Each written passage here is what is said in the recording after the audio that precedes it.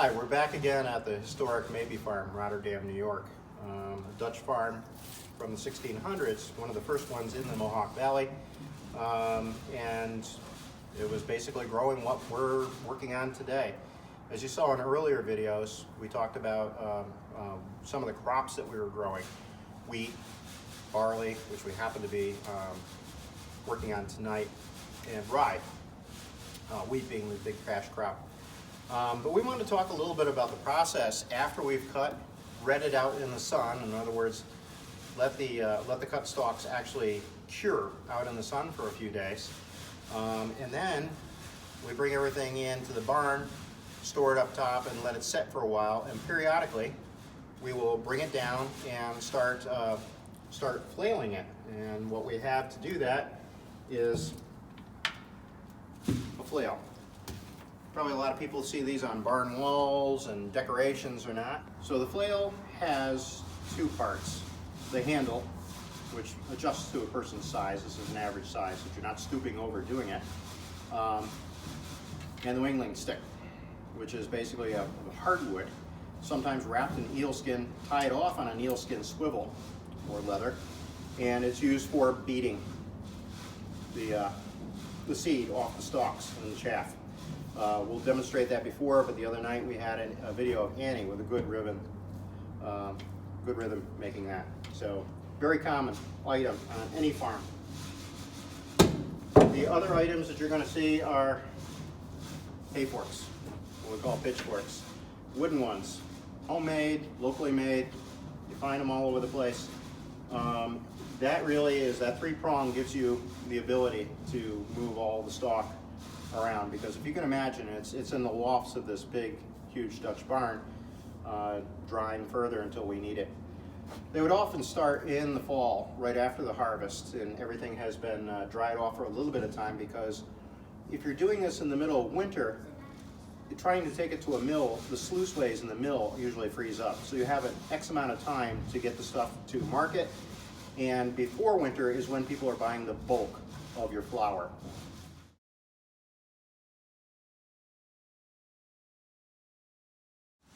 So throughout this process, it wasn't just the men in the fields.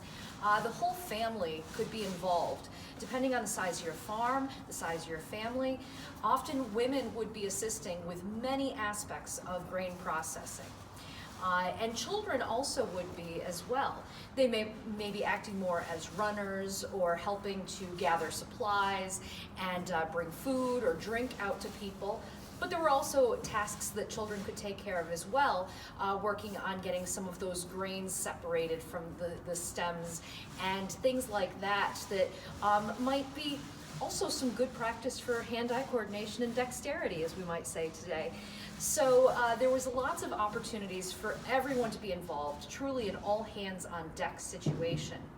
And so often this processing would go on for days and throughout a long portion of the day as well. And to make sure that this was getting done in time.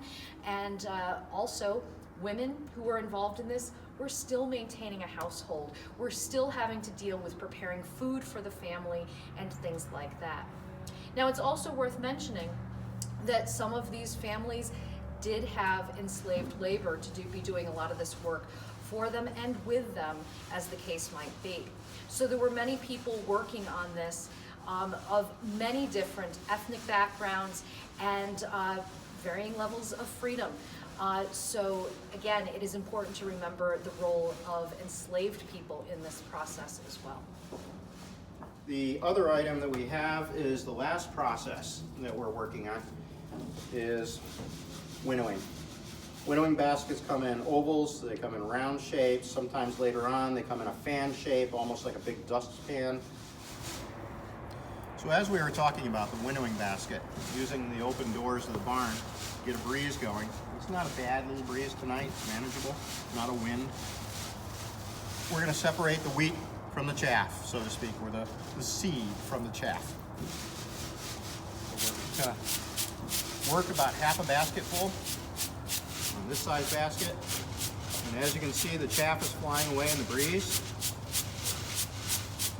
Now imagine several people doing this all at once. So this was a big process on the farm. but I'm getting very little seed falling onto my tarp here, which we will run through again to try. We don't want to lose anything if we can help it. We'll do a close-up here too. And I can mechanically help it along a little bit. When we're doing barley, barley has a beard, a very heavy beard that sticks to the seed. And it's stalky. One of the reasons it's used for beer and not bread making. But this little beard, we're trying to break that off and just get seed as much as possible. But when you're making beer, it really doesn't make that much of a difference.